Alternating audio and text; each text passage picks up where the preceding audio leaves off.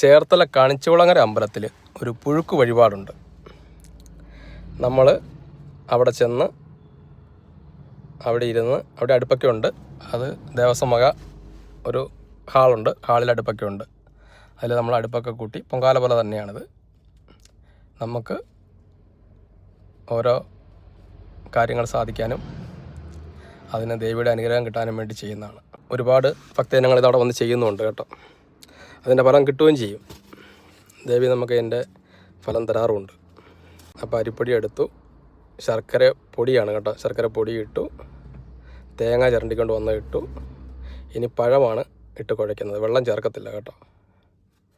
പഴം, പിന്നെ നട്ട്സ്, മുന്തിരിങ്ങ, ഏലക്ക, ജീരകം ഇതെല്ലാം ഇട്ട് നല്ലപോലെ കുഴച്ചെടുക്കും. അത് കുഴച്ചെടുത്തിട്ട് നമ്മൾ ഓരോ ഉരുളകളാക്കും. തിളച്ച വെള്ളത്തിൽ ഈ ഉരുളകൾ കൊണ്ടിടും. ഇതാ മോളൊരു ഉരുള കൊണ്ടിട്ടു.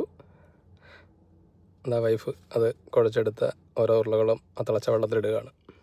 ഇനി നല്ലപോലെ തിളപ്പിച്ച് അത് പുഴുക്കാക്കി എടുക്കും. ഞാനും ഒരെണ്ണം ദേവിയോട് പ്രാർത്ഥിച്ചിടുകയാണ്. അച്ഛനും ഞാനും വൈഫും കുട്ടികളുമായിട്ടാണ് പോയത്. അതിങ്ങനെയാണ് ഓരോ ഉരുളകളും ഉണ്ടാക്കുന്നത് കേട്ടോ.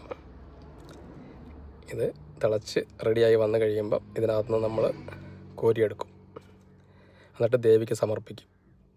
ദേവിക്ക് സമർപ്പിച്ച് ദേവിയെ തൊഴുത് നമ്മൾ തിരിച്ചു പോരും. ഇതിങ്ങനെ വഴിപാട് ചെയ്യുന്ന ഒരുപാട് ആൾക്കാരുണ്ട്. ദേവിയുടെ അനുഗ്രഹം നമുക്ക് കിട്ടുക തന്നെ ചെയ്യും. അത് കഴിയാറായി കേട്ടോ. ഇനി കോരിയെടുക്കാൻ പോവാണ്. അപ്പോൾ എല്ലാവർക്കും ദേവിയുടെ അനുഗ്രഹം ഉണ്ടാകട്ടെ.